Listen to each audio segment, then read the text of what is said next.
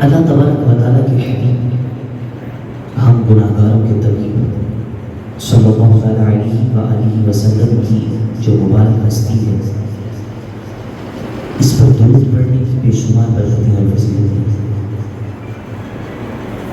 ہم میں سے ہر بندہ پریشان ہوتا ہے، آزمائشوں کا شکار ہوتا ہے، اپنی جان، اپنے مال، اپنی آبرو، اپنے کاروبار کے حوالے سے ہر وقت خطرے میں رہتا ہے۔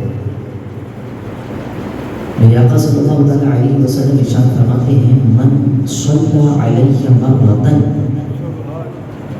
فتح اللہ لہ بابا من العافیہ۔ حضور فرماتے ہیں کہ جو بندہ مجھ پر ایک مرتبہ درود پڑھے، اور مراد یہ ہے کہ وہ درود ایسا ہو کہ جو مکمل خلوص اور توجہ کے ساتھ پڑھا جائے، اور ادھر سے وہ درود بارگاہ مصطفیٰ میں قبول ہو جائے۔ فرمایا جس نے ایک بھی ایسا درود پڑھا، فتح اللہ لہ بابا من العافیہ، اللہ تبارک و تعالیٰ اس کی زندگی بھر کے سب معاملات کے اندر اس کے لیے حفاظت اور عافیت کے دروازوں کو کھول دیتا ہے۔ عافیت کا دروازہ کھولتا ہے، حفاظت کا دروازہ کھولتا ہے، سیکیورٹی مل جاتی ہے، انسان کی آبرو، اس کی عزت، اس کی جان، اس کا مال، اس کی اولاد، میرے آقا فرماتے ہیں عافیت میں آ جاتے ہیں اگر وہ امتی محبت و خلوص کے ساتھ میری ذات پر درود پڑھے اور خدا تعالیٰ اس کی اس عبادت کو قبول فرما لے۔ عافیت کا دروازہ اللہ تبارک و تعالیٰ نے نبی اکرم صلی اللہ علیہ وسلم کو پیدا فرمایا، اور پیدا فرمانے کے بعد جب سارے انبیاء کی جو ایک ترتیب تھی وہ مکمل ہو گئی، تو پھر ہمارے درمیان مبعوث فرمایا، ہمارے درمیان مبعوث فرمایا، یعنی بھیجا۔ پیدا ہو چکے مگر تمام انبیاء کے بعد بھیجا گیا۔ تو اللہ تبارک و تعالیٰ نے جو نبی پاک علیہ السلام جیسی عظیم اور عالی شان نعمت عطا فرمائی ہے، یہ نعمت وہ نعمت ہے کہ جو سب نعمتوں میں سے سب سے بڑی ہے۔ خدا نے مجھے ہاتھ دیے، مجھے آنکھیں دی، مجھے کان دیے، میرے پاس کروڑوں اربوں کھربوں کا آپ جتنے بھی پیسے کہیں اس سے بھی زیادہ مہنگا مجھے دل دیا، کیونکہ دل کی قیمت اگر وہ کہے کہ مجھے میں آپ کو کروڑ دیتا ہوں، اپنا دل دیتا ہوں، مر جاؤ، تو بندہ نہیں دیتا۔ آنکھ نہیں دے گا، دل تو بڑی چیز ہے، لیکن آنکھ کے بغیر بندہ زندہ رہ سکتا ہے، مگر دل نہ ہو تو بندے کا وجود نہیں ہوتا۔ تو اللہ تبارک و تعالیٰ نے ہمیں ایک ایک عضو، ایک ایک چیز لا حد و حساب قیمت کی عطا فرمائی۔ یہ فقط ہمارے اعضاء ہیں کہ جو خدا کی نعمت ہے۔ میرے ماں باپ اللہ کی نعمت ہے، میرے بہن بھائی خدا کی نعمت ہے، میری آل اولاد میرے بعد خدا کی نعمت ہے، میری جائیداد، میرا جو کچھ ہے یہ خدا کی نعمت ہے۔ مگر آپ قرآن کو پڑھیے تو اللہ تبارک و تعالیٰ نے کسی ایک نعمت کو بھی عطا فرمانے کے بعد یہ کسی جگہ نہیں فرمایا کہ اے لوگوں میں نے تمہیں دل دیا، تمہیں آنکھیں دی، تمہیں کان دیے، تمہیں گھر والے دیے، تمہیں عزت دی۔ کسی جگہ نہیں کسی بات کو بتا کر فرمایا کہ یہ سب کچھ دے کر ہم نے تم پر احسان کیا، ایسا کسی جگہ نہیں ہوا۔ مگر ایک نعمت جب رب کائنات نے عطا فرمائی تو اس نعمت کو عطا فرمانے کے بعد اللہ نے قرآن میں صاف لفظوں کے اندر فرمایا کہ تحقیق خدا نے ایمان والوں پر احسان کیا کہ ان کو ان میں سے محمد مصطفیٰ صلی اللہ علیہ وسلم عطا فرما۔ ایمان والوں پہ احسان کیا۔ اللہ فرماتا ہے لقد من اللہ علی المؤمنین اذ بعث فیہم رسولا من انفسہم۔ میں تحقیق خدا نے اہل ایمان پر احسان کیا کہ ان کو ان میں سے محمد مصطفیٰ صلی اللہ علیہ وسلم عطا فرما دی۔ کسی نعمت کے بعد یہ بات نہیں ہے۔ اب جو ہم کو نعمت حاصل ہو گئی اور ہم امت مصطفیٰ صلی اللہ علیہ وسلم میں سے ہو گئے. اور خدا کی یہ اتنی بڑی نعمت کہ جو نعمت حاصل کرنے کی دعا نبی پاک سے پچھلے انبیاء مانگا کرتے تھے کہ اے اللہ مجھے محمد مصطفیٰ صلی اللہ علیہ وسلم کی امت میں سے شامل فرما. اللہ نے یہ نعمت ہمیں بالمانگی عطا فرمائی. اس نعمت کا ہم چرچا کرنے کے لیے بیٹھتے ہیں, محفل کرتے, میلاد کرتے, ذکر مصطفیٰ کرتے. محفل کی ابتدا میں تلاوت ہو جاتی ہے, اس کے بعد نعت مصطفیٰ پڑھ لی جاتی ہے, سیرت مصطفیٰ بیان ہو جاتی ہے, اس کے بعد حضور اکرم صلی اللہ علیہ وسلم کی ذات پر سلام پڑھ لیا جاتا ہے, اس کے بعد حضور کی ذات, حضور کے اہل بیت اور حضور کے اصحاب اور ساری امت کے لیے دعا کر دی جاتی ہے. اس ساری چیز کا ہم نام رکھتے ہیں محفل.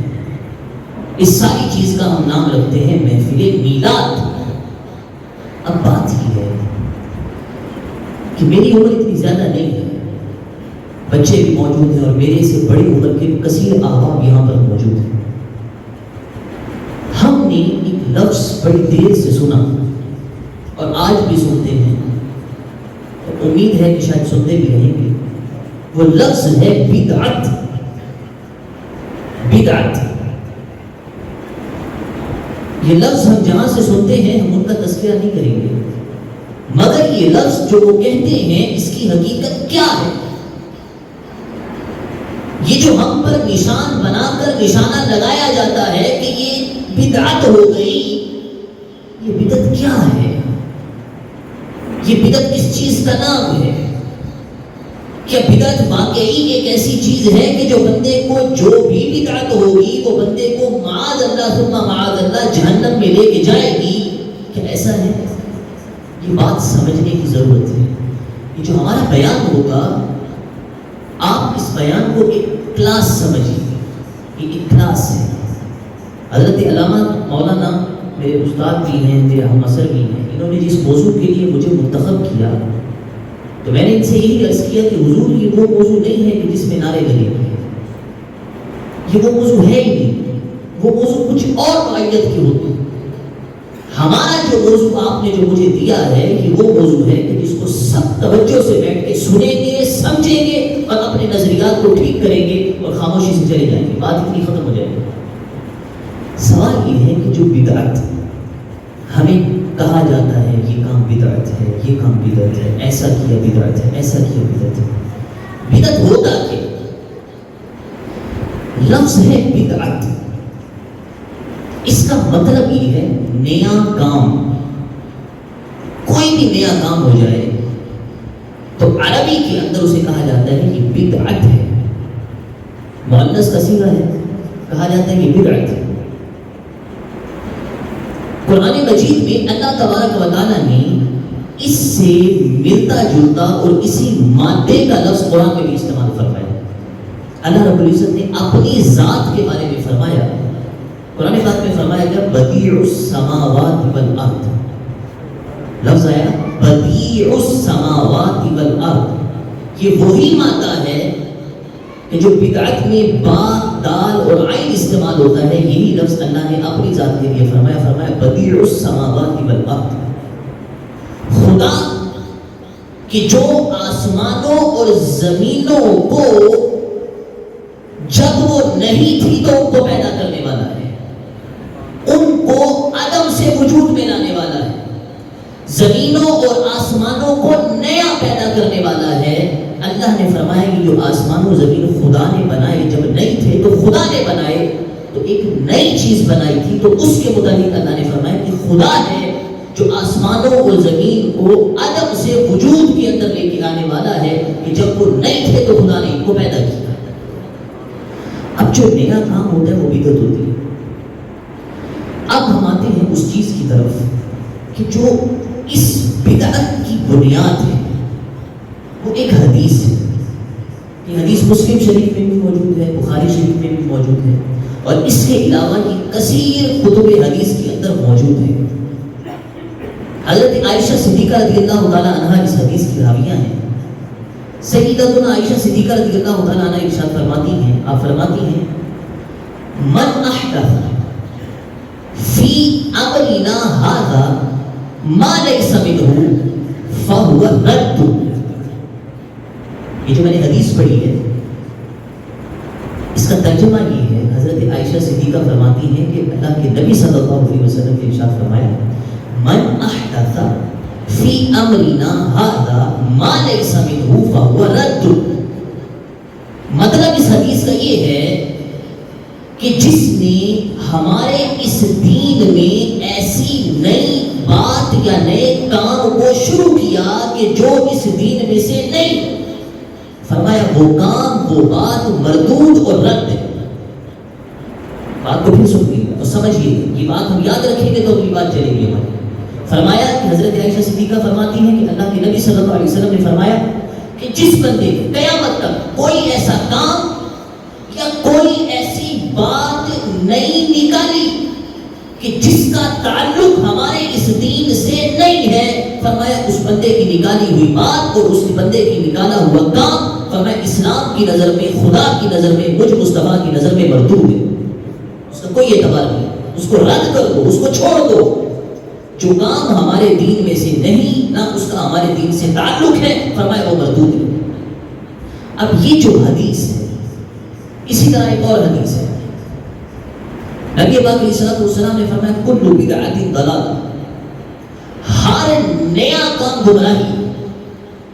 حدیث کا جملہ کیا ہے؟ فرمایا کل بدعۃ ضلالہ، ہر نیا کام گمراہی ہے.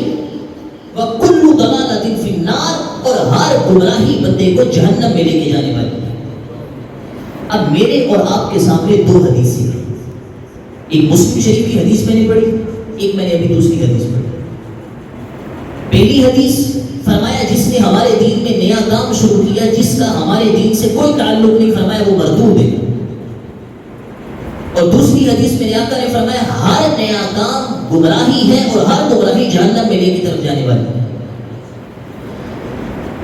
اس بات کو اور اس حدیث کو بنیاد بنا کر ہم پر، اہل سنت پر، شاعر اہل سنت پر، اور اس طرح جو اہل سنت کی پہچان کی اشیاء اور امور ہیں ان پر یہ اعتراض کیا جاتا ہے کہ یہ والا کام آپ نے دین کے اندر نیا نکالا ہے، اس کا دین مصطفیٰ سے کوئی تعلق نہیں ہے. اس کے اندر میلاد، ہم جس محفل پہ بیٹھے ہیں موجود ہیں، بچپن سے ہوتی آ رہی ہیں، ہمارے بڑوں نے بھی کی، ان کے بڑوں نے بھی کی، آباء و اجداد نے کی، خود صحابہ نے کی، مگر وہ بات سمجھتے نہیں ہیں. وہ یہ کہتے ہیں کہ جو تم یہ محفل کرتے ہو، لائٹس لگاتے ہو، ایک سب کام کرتے ہو، فرمایا یہ دین میں نئے کام ہیں. اور نئے کام کے بارے میں مصطفیٰ کریم صلی اللہ علیہ وسلم نے فرمایا کہ نیا کام جس کا تعلق ہمارے دین سے نہیں، فرمایا وہ مردود ہے. اور ہر نیا کام گمراہی ہوتی ہے اور گمراہی جہنم کی طرف لے کے جانے والی ہے.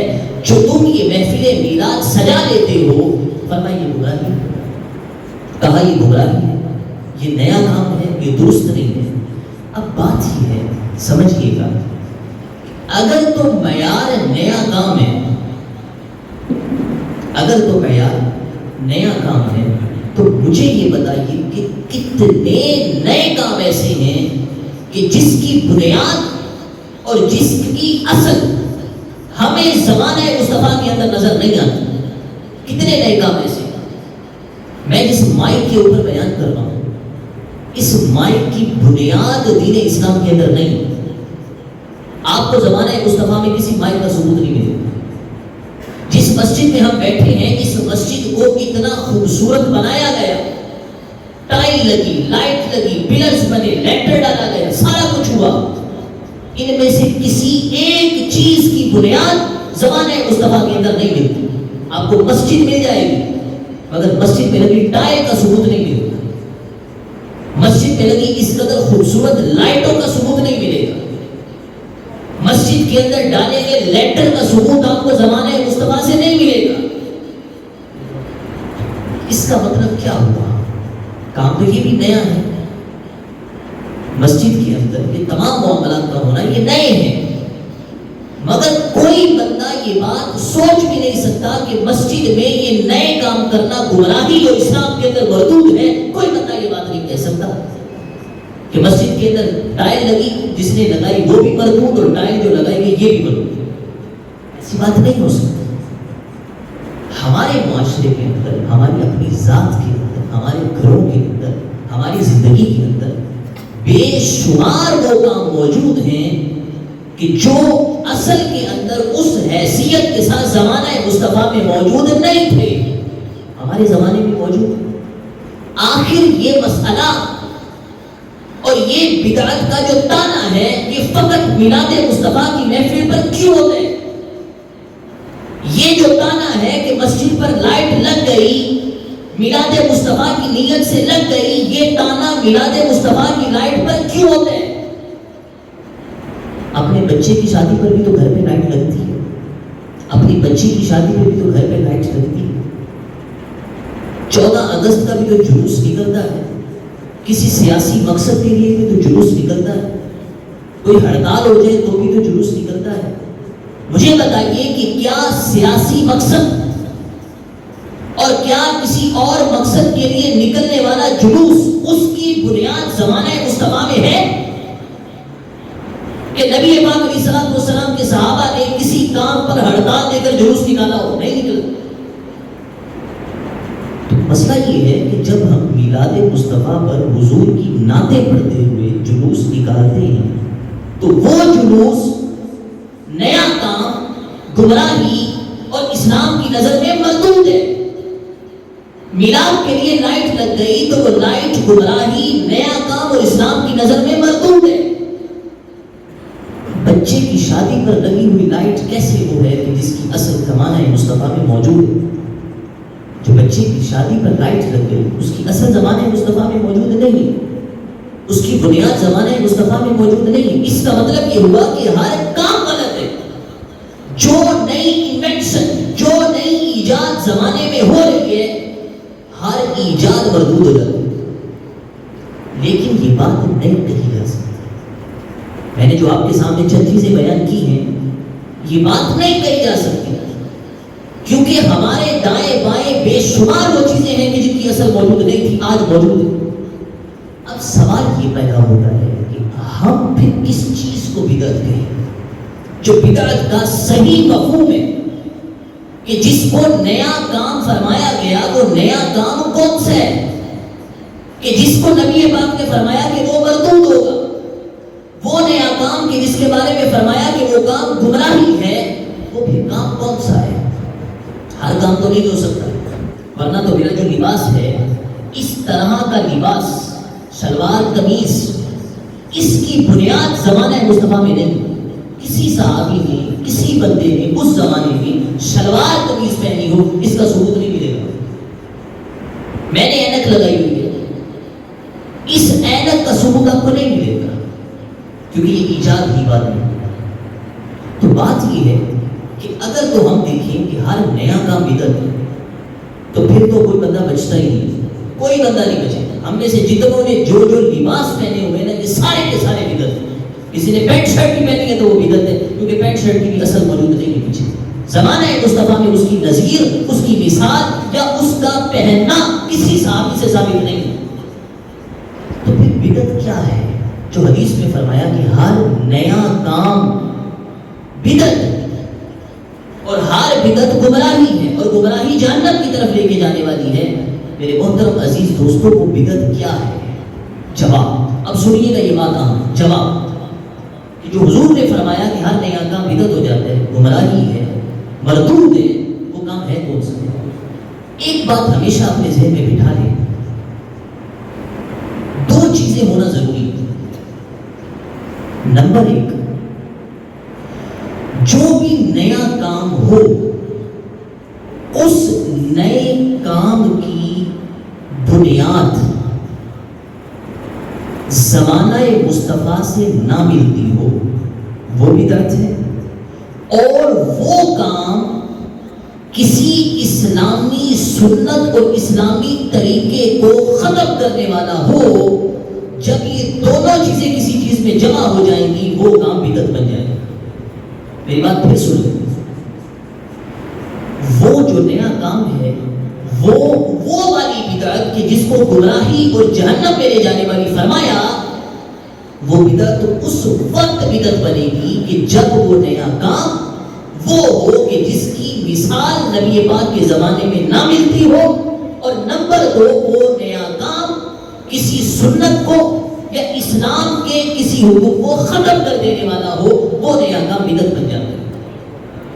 اب مجھے مثالیں دیجیے، میری اینک اس اصول کے لحاظ سے بدعت ہے کیونکہ اس کی مثال زمانہ مصطفیٰ میں نہیں ہے، مگر یہ اینک کسی سنت کو ختم کرنے والی نہیں ہے، یہ اینک کسی سنت کو ختم کرنے والی نہیں ہے۔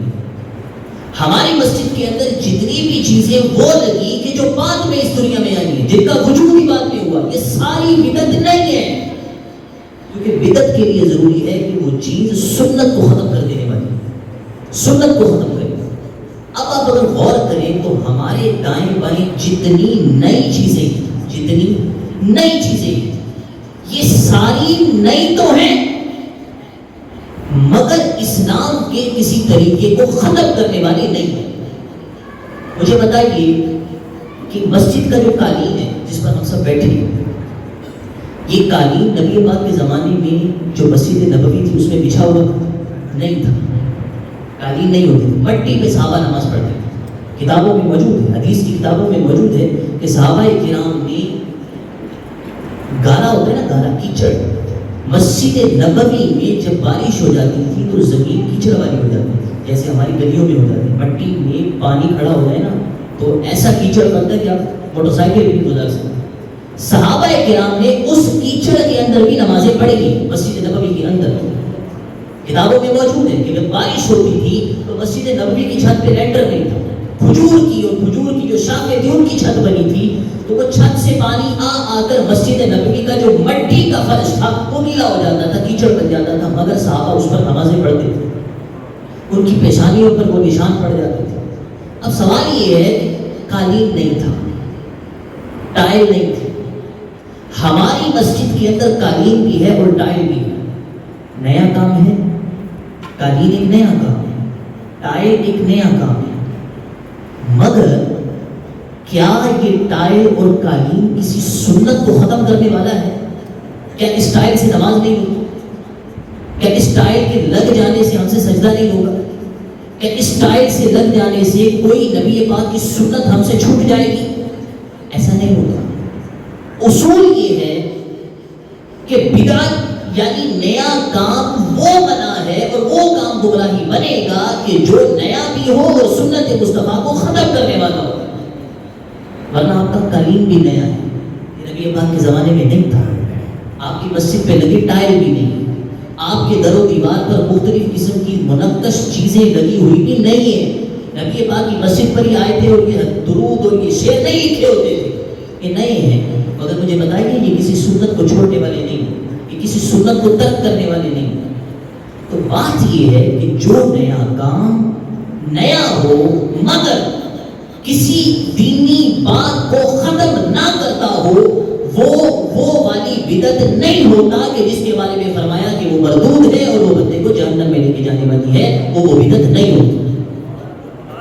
اب اگلی بات سنیے، ہم سب قرآن پڑھتے ہیں، ہمارے بچے بھی پڑھتے ہیں، ہم بھی پڑھتے ہیں، گھر والے بھی پڑھتے ہیں۔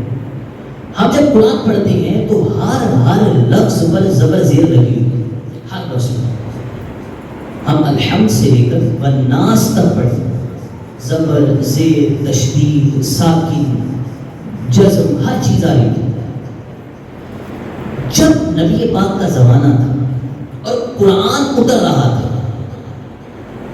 ایک ایک آیت آتی تھی، 23 سال کے عرصے میں قرآن پورا ہوا، ایک کر کے تھوڑا کبھی کوئی موقع آنا 2-3 آیتیں آ جانی، 4-5 آیتیں آ جانی، پورا رکوع ہو جاتا تھا، کبھی ایک ہی آیت، کبھی آدھی آیت آتی تھی، کرتے اب جب آیت اترتی تھی تو نبی پاک علیہ السلام اس آیت کو یاد فرما لیتے اور صحابہ کو بھی یاد کروا دیتے، لکھتے نہیں، یاد ہو جاتی تھی۔ اب صحابہ کیا کرتے تھے کہ اپنی گھر میں جو ہڈیاں ہوتی تھی، پرانی ہڈیاں یا جانوروں کی جو کھالیں ہوتی تھی، کھال، اس کو جب دباغت کر لیں، خشک کر لیں، پاک کر لیں تو وہ صحیح ہو جاتے ہیں، ان پر بیٹھتے نہیں، ان پر یا اس طرح پتھروں پر وہ آیتیں لکھ لیا کرتے تھے کہ جو نبی پاک نے ان کو یاد کروائی ہوتی تھی۔ اب پورا قرآن کہاں لکھا ہوا ہے؟ پتھروں پر لکھا ہوا ہے، ہڈیوں پر لکھا ہوا ہے، جو کھال ہوتی ہے انہوں پر لکھا ہوا ہے، ان چیزوں پر پورا قرآن لکھا ہوا تھا۔ اور مزے کی بات یہ ہے کہ اس قرآن پر اعراب نہیں تھے، زبر زیر نہیں ہوتی تھی۔ جب صحابہ نے قرآن پڑھا ہے تو اس قرآن پر زبر زیر نہیں تھی۔ اب وہ قرآن لکھا ہوا ہے، موجود ہے، درختوں کی شاخوں پر ہے، درختوں کی جو چھلت ہوتی ہے اس پر ہے، ان چیزوں پر لکھا ہوا ہے۔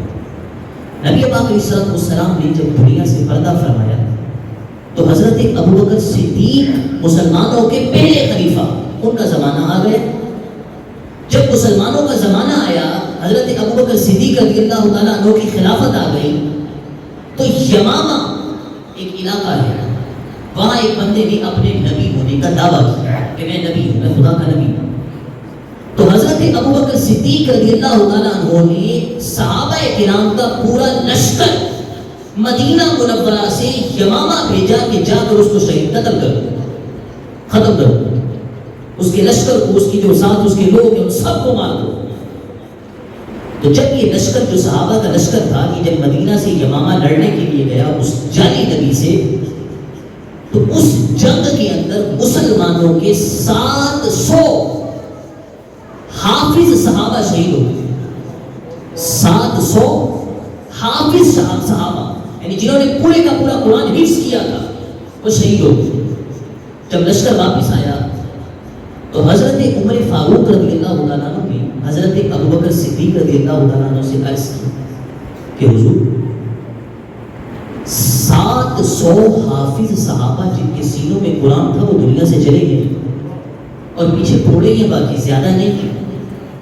میرا مشورہ یہ ہے کہ جو قرآن صحابہ کے سینوں میں بکھرا ہوا ہے اور جو قرآن صحابہ کے گھروں میں ہڈیوں پر، شاخوں پر، کھالوں پر، پتھروں پر لکھا ہوا ہے، اس سارے قرآن کو ایک جگہ جمع کرنے فائدہ ہو جائے گا۔ ورنہ صحابہ ایک ایک کر کے جا رہے ہیں، 700 اب شہید ہو گئے، اور جو باقی جن کے پاس قرآن کی آیتیں موجود ہیں، جن کے سینوں میں یا جن کے گھروں میں، اگر وہ بھی چلے گئے تو قرآن نہیں ملے گا بعد میں۔ تو حضرت ابوبکر صدیق رضی اللہ تعالیٰ عنہ نے آگے سے جواب دیا، کہا کہ افعل شیئا ما لم یفعلہ رسول اللہ، فرمایا کیا میں وہ کام کروں کہ جو رسول اللہ نے نہیں کیا؟ یعنی جب رسول اللہ نے قرآن کو ایسے اکٹھا کر کے جمع نہیں کیا تو میں ابوبکر وہ کام کیسے کروں؟ اب مجھے بتائیں کہ یہ نیا کام ہونے لگا تھا نا، نبی پاک نے تو اپنے زمانے میں یہ کام نہیں کیا، قرآن کو ایک جگہ پر اکٹھا نہیں کیا، قرآن مختلف جگہوں پر پھیلا ہوا ہے۔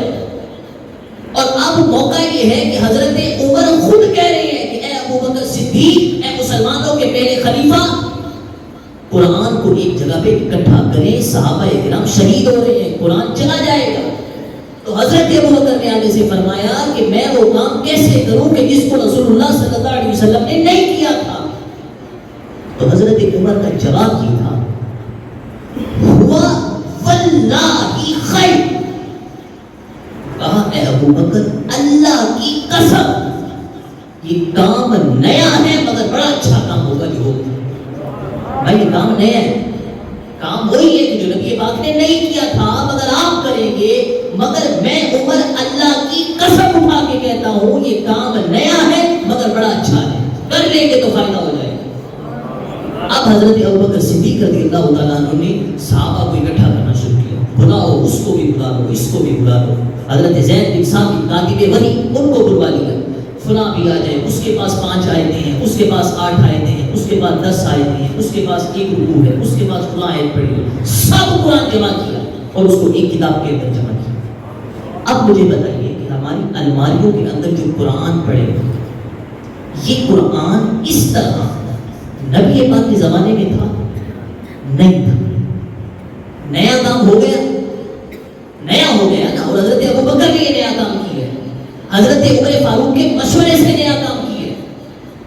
مگر کیا یہ نیا کام ہم میں سے کوئی بندہ اپنی زبان سے کہہ سکتا ہے کہ یہ نیا کام مردود ہے، یہ نیا کام گمراہی ہے اور یہ وہ گمراہی ہے جو بندے کو جہنم میں لے کے جائے گی؟ ہم میں سے کوئی بدبخت یہ بات اپنی زبان سے نہیں نکال سکتا، کیونکہ ہر نیا کام بدعت نہیں ہوتا، بلکہ وہ نیا کام بدعت ہوتا ہے جو نیا کام اسلام کے کسی طریقے کو اور اسلام کی کسی سنت کو ختم کرے.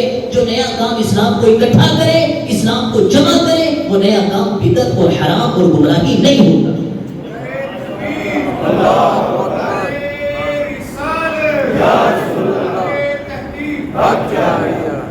تو ہر نیا کام بدعت نہیں ہوتا. میں اور آپ تراویح پڑھتے ہیں، ہم تراویح پڑھتے ہیں مسجد میں رمضان میں، پورا رمضان ہم رات کو 20 رکعت تراویح مسجد میں آ کے پڑھتے ہیں. آپ میں سے کوئی بندہ حدیث کی کسی کتاب کے اندر ایسی روایت دکھا دے کہ جس روایت میں یہ لکھا ہو کہ نبی پاک علیہ السلام نے صحابہ کو اکٹھے کر کے مسلسل تراویح کی جماعت کروائی ہو، یہ حدیث آپ کو نہیں ملے گی. اس نبی پاک نے صحابہ کو اکٹھے کر کے مسلسل، میں بات پوری ذمہ داری سے کہہ رہا ہوں، صحابہ کو اکٹھا کر کے مسلسل رمضان میں تراویح کی جماعتیں کروائی ہو، یہ حدیث آپ کو نہیں ملے گی. یہ جماعت جو تراویح کی جماعت ہے، یہ شروع کی تھی حضرت عمر فاروق رضی اللہ تعالیٰ نے. نہ یہ جماعت مسلسل تراویح کی جماعت نہ نبی پاک کے زمانے میں تھی، نہ حضرت ابوبکر صدیق رضی اللہ تعالیٰ کے زمانے میں تھی، بلکہ یہ تراویح لوگ اپنے اپنے گھروں میں پڑھتے تھے، جماعت نہیں ہوا کرتی تھی. یعنی ہر صحابی عشاء کی نماز مسجد میں پڑھتا، پھر مسجد میں تراویح پڑھنا چاہتا تو اکیلا پڑھ لیتا یا اپنے گھر جا کے پڑھتا تھا. جماعت کے ساتھ اکٹھے ہو کر حافظ صاحب آگے کھڑے ہو، پیچھے سارے بندے کھڑے ہو جائیں، 30 دن تراویح ہو، پورا قرآن ختم ہو جائے، یہ تراویح نبی پاک کے زمانے میں مسلسل نہیں ہوتی تھی. آپ کو ثبوت نہیں ملے گا اس کا. حضرت ابوبکر صدیق کے زمانے میں نہیں تھی، لیکن حضرت عمر فاروق رضی اللہ تعالیٰ عنہ کا جب زمانہ آیا تو آپ نے صحابہ کرام کو حکم دیا کہ سارے اکٹھے ہو کر مسجد میں باجماعت تراویح کی جماعت کروائے. اب صحابہ کرام مسجد میں آتے اور اکٹھے ہوتے. ایک دفعہ مسجد میں جماعت ہو رہی تھی تراویح کی، صحابہ تراویح کی جماعت میں کھڑے ہیں، امام صاحب حافظ صاحب تلاوت کر رہے ہیں. میرے حضرت عمر فاروق رضی اللہ تعالیٰ عنہ پیچھے سے آئے اور آ کر جب آپ نے دیکھا کہ صحابہ تراویح کی جماعت میں کھڑے ہیں تو حضرت عمر فاروق کا جو جملہ تھا وہ یہ تھا، دو روایتیں، فَمَنْ نِعْمُ الْبِدْعَةُ هَٰذِهِ، فرمایا کہ یہ کتنا اچھا نیا کام شروع کیا گیا ہے. فرمایا یہ کتنا اچھا نیا کام شروع کیا گیا ہے، نیا کام. اور حضرت عمر فاروق فرما رہے ہیں اچھا. اس کا مطلب یہ ہے کہ ہر نیا کام برا نہیں ہوتا، بہت سے نئے کام ہوتے ہیں کہ جن کو اچھے ہوتے ہیں. اور حضرت عمر فاروق رضی اللہ تعالیٰ عنہ نے خود اپنی زبان سے نئے کام کو کہ جو زمانہ مصطفیٰ میں نہیں تھا، جو زمانہ ابوبکر میں نہیں تھا، اپنے زمانے میں نیا کام اسلام میں شروع کیا اور خود فرما رہے ہیں یہ بدعت اور یہ نیا کام کتنا اچھا ہے. پتہ ہی چلا کہ ہر نیا کام بدعت نہیں ہوتا. میری اور آپ کی مسجد پر مینار لگے، مینار بنتے ہیں مینار. آپ کو مسجد نبوی میں زمانہ مصطفیٰ میں مینار نہیں ملے، زمانہ ابوبکر صدیق رضی اللہ تعالیٰ عنہ میں مینار نہیں ملے، حضرت عمر فاروق کے زمانے میں مینار نہیں تھے، حضرت عثمان غنی، حضرت شیر خدا مولا مرتضیٰ رضی اللہ تعالیٰ عنہما کے زمانے میں مینار نہیں تھا، حضرت امام حسن، حضرت امام حسین کے زمانے میں مینار نہیں تھے. یہ مینار بنائے حضرت عمر بن عبد العزیز رضی اللہ تعالیٰ عنہ کے زمانے میں. یعنی نبی پاک کے زمانے سے تقریباً 80-90 سال کے بعد مسجدوں کے اندر، دین کے اندر یہ نیا کام شروع ہوا کہ مسجدوں کے اوپر مینار بنانے شروع کر دیے کہ اب مؤذن مینار پر چڑھ کر اذان دیا کرے اب مجھے بتائیے یہ نیا کام ہے؟